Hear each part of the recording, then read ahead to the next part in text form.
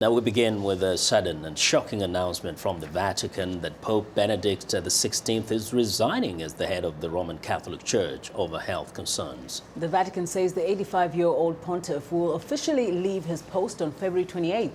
The Pope issued a statement saying he no longer had the strength to continue in office due to his age. It's the first papal resignation in nearly 600 years. The Vatican says the papacy will be vacant upon Pope Benedict's resignation. The former Cardinal, Joseph Ratzinger, was elected to the papacy in 2005 after the death of John Paul II. The German-born Ratzinger was ordained in 1951, gaining a reputation as a theologian as he rose through the ranks of the Roman Catholic Church hierarchy. He was named a cardinal by Pope Paul VI in 1977. Pope Benedict made his most recent public appearance Sunday, addressing a crowd in St. Peter's Square on the occasion of the Lunar New Year.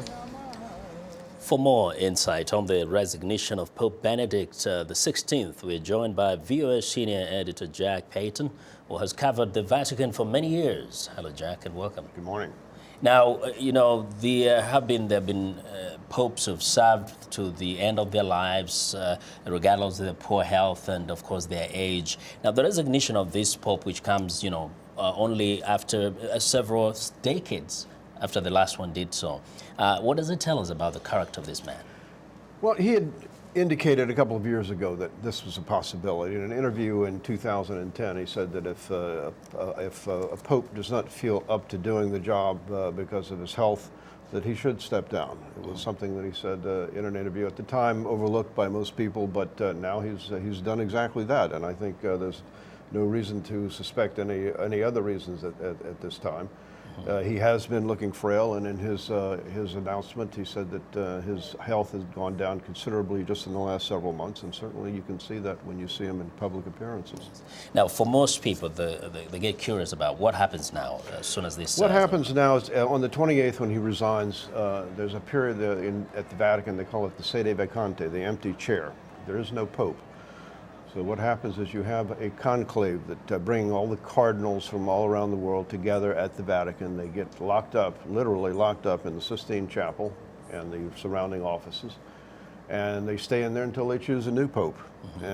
And sometimes, as in the case of Cardinal Ratzinger, he was chosen pope in about a 24-hour period inside the conclave. Other times it takes several days. It took days. So it could be a while. I think given the timing of this resignation, it seems clear that the Pope wants to have a new man in that position before the Easter holidays. And people are very interested in a new person. Mm-hmm. Who are some of those cardinals that might actually be? Speculation began almost immediately after the announcement, and most of the speculation centered on the idea that the next pope will not be a European. And all popes to date have been European. The last pope, German, of course, and the one before him, John Paul II, a Polish cardinal. Now the speculation is pointing towards either Latin America or Africa. Mm-hmm. And in Africa, you have to keep in mind there are 18 cardinals from Africa in the College of Cardinals, so they have a rather large voting bloc, and two cardinals in particular have been mentioned. One of them is Cardinal Francis Arinze of Nigeria, and the other one is Cardinal Peter Turkson of Ghana. So Arinze was one of what they call the papabile 7 years ago when the last pope was chosen. He was one of those people that was mentioned as a possible or potential pope. Mm-hmm. So his name immediately came up again, and it's the speculation is quite intense. And interestingly, is that actually Arinze took over from the Pope mm-hmm. when he became Pope to lead the diocese where the Pope was. Each Pope has a special diocese in the Rome area, and Arinze was chosen for that position. A lot of people noted that as a possible sign. So exactly. He is very much in speculation. Right? Now, very briefly, once this happens, then people now sit back and say, what is the legacy of Pope Benedict XVI?